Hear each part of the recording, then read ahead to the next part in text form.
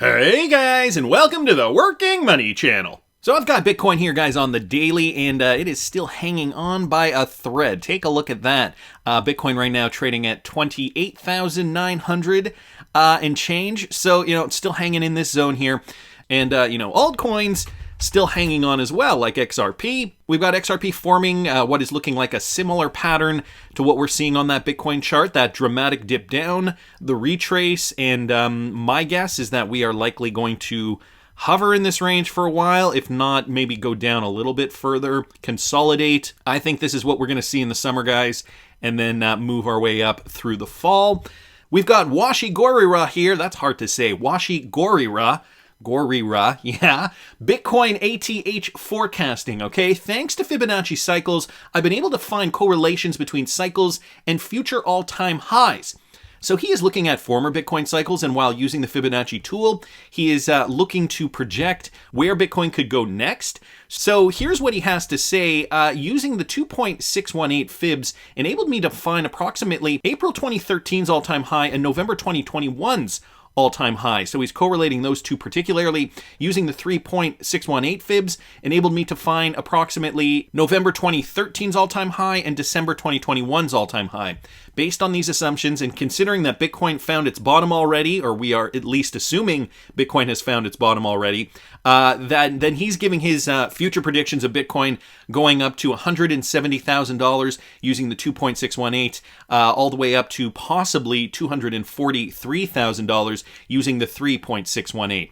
So I will link this tweet in the description. An interesting concept here, using these fib circles to forecast Bitcoin price. So you can see real quick the 2.618, the 3.618, demonstrating here all the way back from 2012, 2013. Using the same kind of thing, we can project that this is going to be, or at least this is what his projection is, 169,700 for a Bitcoin, up to 243,200 for a Bitcoin. You can see, too, that the Bitcoin moves are becoming less and less dramatic over time, and actually Bitcoin price is stabling out. So that is something that other technical analysts have noticed, that that trend, the overall price, the long-term trend for Bitcoin is going to get less and less volatile, and the price will eventually stable out. He finalizes this tweet by saying, of course, it is possible that Bitcoin's price hasn't bottomed yet, and I'll readjust accordingly to find the potential all-time high if that is the case. So an interesting concept there.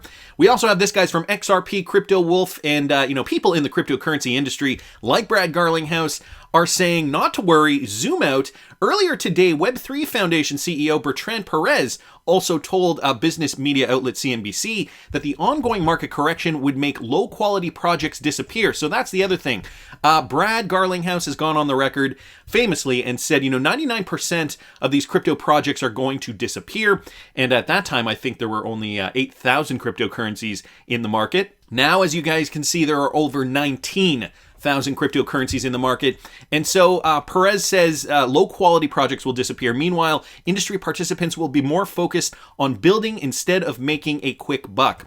So this is going to bode well for companies like Ripple, obviously building a real world infrastructure through the XRPL. As reported to you today, Ripple CEO Brad Garlinghouse urged investors to zoom out in response to the recent price crash. The executive remains bullish in the long term despite the ongoing market turbulence. The market has shrunk. It was $3 trillion in early November, and now we're sitting at about 1.18 trillion as of the time of that publication.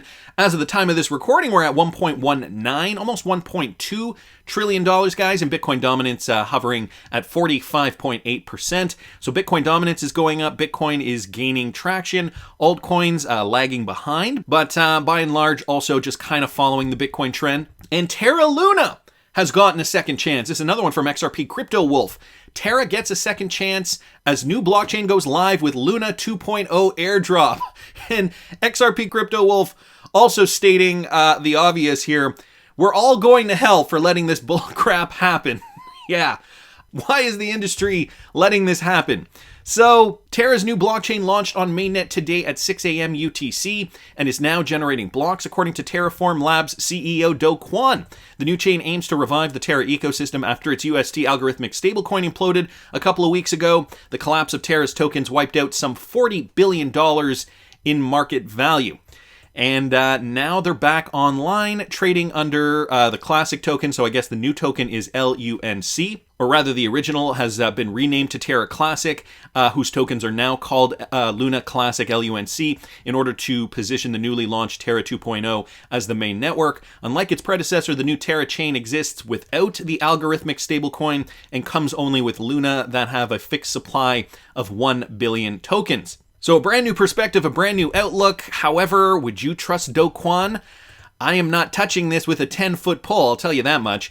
I also saw this, guys, saw a little bit of Algorand news. FlexID gets Algorand funding to offer self-sovereign IDs to Africa's unbanked. Let me just zoom in here a little bit. Much of the world's attention around blockchain is on the highs and lows of cryptocurrency values, of course. Startups like FlexID remind us that distributed ledger technology has the potential to play other roles, including offering trusted records of identity without the need for centralized authority. So, just another example of who is building in the space and why we should be paying attention to the projects that are actually solving problems, i.e., in this case, Algorand. One of the startups working towards this vision is Zimbabwe's FlexID, which is building a blockchain-based identity system for those excluded from the banking system due to their lack of identity documents. FlexID's idea has won its funding from Algorand, a blockchain protocol created by the Turing Award-winning cryptographer Silvio Micali. The two parties didn't disclose the size of the investment.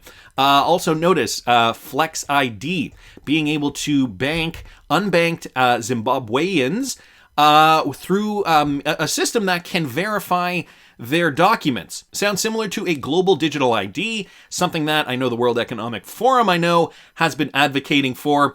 So, this all kind of falls in line. We know Algorand is one of those World Economic Forum chosen cryptocurrencies or highlighted cryptocurrencies that they mentioned back in their 2021 report. But anyway, this, another initiative to help bank the unbanked again with proper documentation on the Algorand blockchain. So some interesting news there.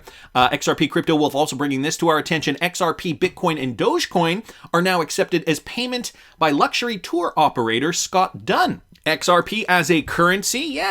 Yes, I think so. Bitcoin, Dogecoin, and XRP are now accepted as payment by Scott Dunn as Nuve announces a partnership with the luxury tour operator. So Nuve announced support for over 40 cryptocurrencies back in March of 2021, allowing merchants working with the payment service to send and receive payments across 200 countries using a variety of cryptocurrencies. Now XRP, guys, has been added to that list. These include cryptocurrencies such as Bitcoin, Cardano, Ethereum, Bitcoin Cash, Litecoin, Neo, XRP, Dogecoin, Redcoin, Bitcoin Gold, USDT, and several other assets. Holders of cryptocurrencies supported by Nuve can now book bespoke vacations and honeymoons through Scott Dunn, thanks to the new partnership. So another example, case in point, where XRP is actually being utilized as a currency because this company here, Nuve, and Scott Dunn obviously realize it does have value similar to Bitcoin, Bitcoin Cash, perhaps other traditional cryptocurrencies that may be seen as more of a currency type crypto and not so much a security as the SEC wants to deem them all as. So there you go. Another use case for XRP among other cryptocurrencies here being accepted by Scott Dunn's company. It's a small niche segment. Luxury tour operation, clearly not a big use case, but, it does again speak to cryptocurrencies having value. If people or companies are willing to accept them as a form of currency, well, again, I think that says it all. Moving on to the SEC versus Ripple lawsuit, guys. Stefan Hubert bringing this up. LOL, Joseph Hall on behalf of Grayscale. He argued back in 2021 in his SEC filings that Ethereum Classic is different from XRP, primarily because, unlike the many use cases for Ethereum Classic, there is no use case for XRP. Now, this is interesting because if you guys remember, I did a video on Joseph Hall, I believe it was earlier this year. I'll see if I can find it. I will link it up here in the top right-hand corner for you. And he was stating something very, very different at that time. But here, he states, ETC is also very different from XRP, which is subject of pending litigation brought on by the SEC. Among other things, the SEC alleges that no significant non-investment use for XRP exists, and that indeed there is only one product in existence that permits XRP use for any purpose. This is clearly not the case here. There are and have been for some time numerous applications that permit or indeed require the use of ETC. So he said this, I believe this filing, September 2021. He said this, but if you guys remember, there you go, there's the David Polk document here. I will link this. This is directly from the SEC's website. I'll link this in the description. But if you guys remember, back in February of 2022, former SEC official predicts regulator will lose on the merits of the case against Ripple. Joseph Hall believes that the SEC is not yet equipped to handle litigation in cases concerning cryptocurrencies as securities yet, making it hard to win the case against Ripple. I'm not going to read the full article because I did highlight this in a video I did back in February, but it goes to show you how quickly one's opinions can change from September of 2021, only a few months, to February of 2022. Nevertheless, an interesting find. Wanted to thank Stéphane Hubert for pointing that out. And James K. Filan here, guys, updating us on the latest with the Ripple SEC case. So here it is. The parties have now agreed upon a fee award in connection with the Mets supplemental report and deposition, and the SEC is working with the Ripple defendants to make the required payment. The amount of the award has not been disclosed. I mean, I don't know why this is such a big deal. Talking about the fees for the expert witnesses, it seems kind of petty and kind of something that should be taken care of not on the court's time, but outside of court. I don't know how that works legally, but it doesn't really seem to speak too much to the real issue at hand. Nevertheless, this is the latest update here. XRP Crypto Wolf saying, why did Ripple and the SEC waste time on an insignificant petty fee? Again, I guess this is just part of the lawsuit. We know that things are coming to a close, hopefully soonish, that Ripple is expected to go to trial in November. As per Crypto Eddie's tweet here, she's just retweeting out this Foley and Lardner LLP document. This was just posted this past week. The varying federal, state, and local attitudes on crypto. Now, this is outlining the entire Ripple case with regards to, and it kind of uses the crypto sphere as a backdrop to what is happening in the United States. An interesting and lengthy blog post, lengthy article here that I will link in the description of the video for you guys. I just wanted to bring your attention to this. Okay, and this has to do with the SEC and them hiring new staff to tackle the cryptocurrency issue that they have been dealing with. Including the 20 new positions, the SEC's crypto assets and cyber unit will have a total of 50 staff employees and will seek to increase its focus on the growing crypto market, with particular focus on crypto asset offerings, crypto asset exchanges, crypto asset lending and staking products, decentralized finance or DeFi platforms. I did a video just the other day with regards to DeFi and a potential plan by the World Economic Forum to corral the DeFi platforms and then gobble them all up through partnered banks. I will link that video up here in the top right hand corner if you guys didn't catch that. Also non-fungible tokens or NFTs and stablecoins. The first four categories are well-known targets of the SEC enforcement action. The SEC's jurisdiction over NFTs is debatable in light of the absence of legislation that governs these instruments. So they're just giving their opinion on some of these assets. If we go down here, they talk a little bit about Hester Peirce and her combative nature, I suppose. Although being an SEC commissioner, she is very critical of the agency that employs her. The SEC is a regulatory agency with an enforcement division, not an enforcement agency. Why are we leading with enforcement in crypto? But we know that there are going to be two new commissioners that are going to be added to the SEC's roster. Peirce will soon be joined by two new commissioners, one of whom has been seconded to Senator Pat Toomey's staff. Toomey, who is retiring at the end of this term, was a thoughtful moderate on digital asset regulation, so Peirce may soon have an ally at the SEC.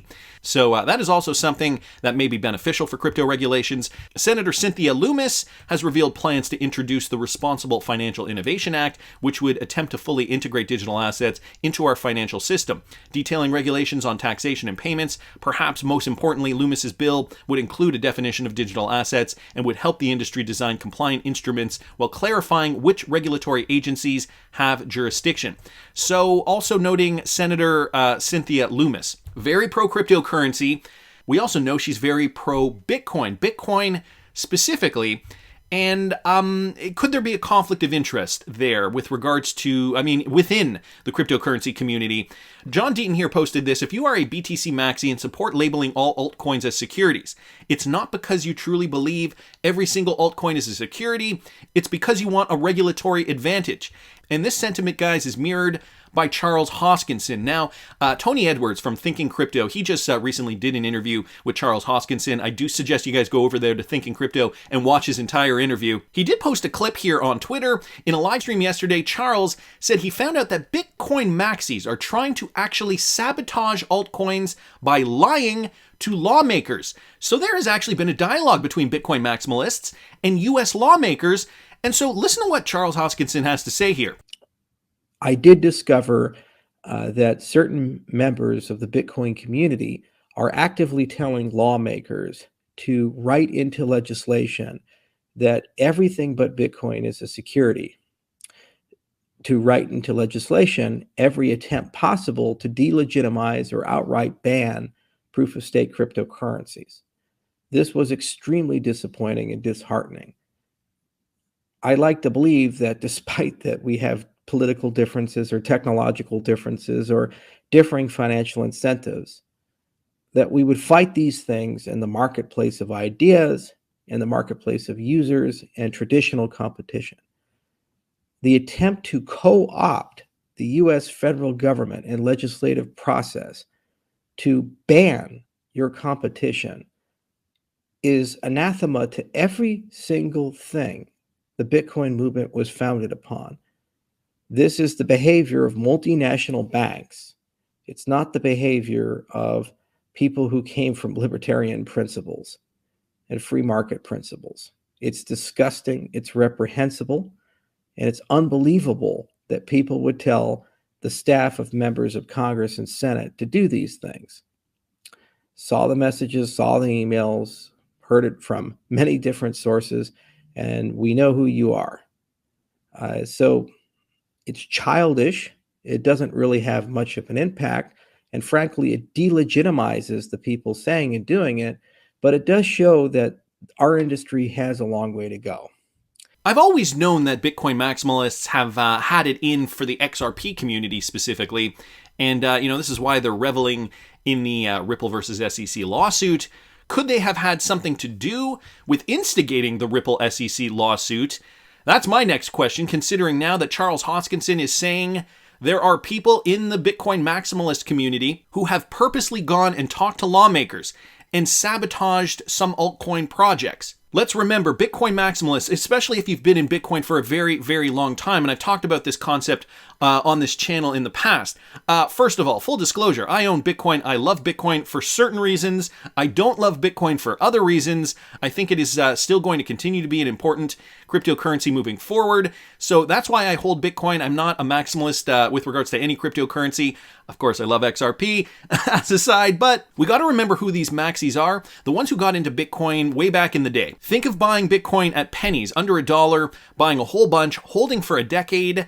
Think of how much wealth you have, like hundreds of millions of dollars I'm talking about. So these are the guys that are now going to lawmakers, and they've got the lobbying money and the lobbying power. They're going to lawmakers, and they are, for all intents and purposes, trying to undermine the cryptocurrency industry by, suggesting Bitcoin should be the only one that shall be deemed not a security.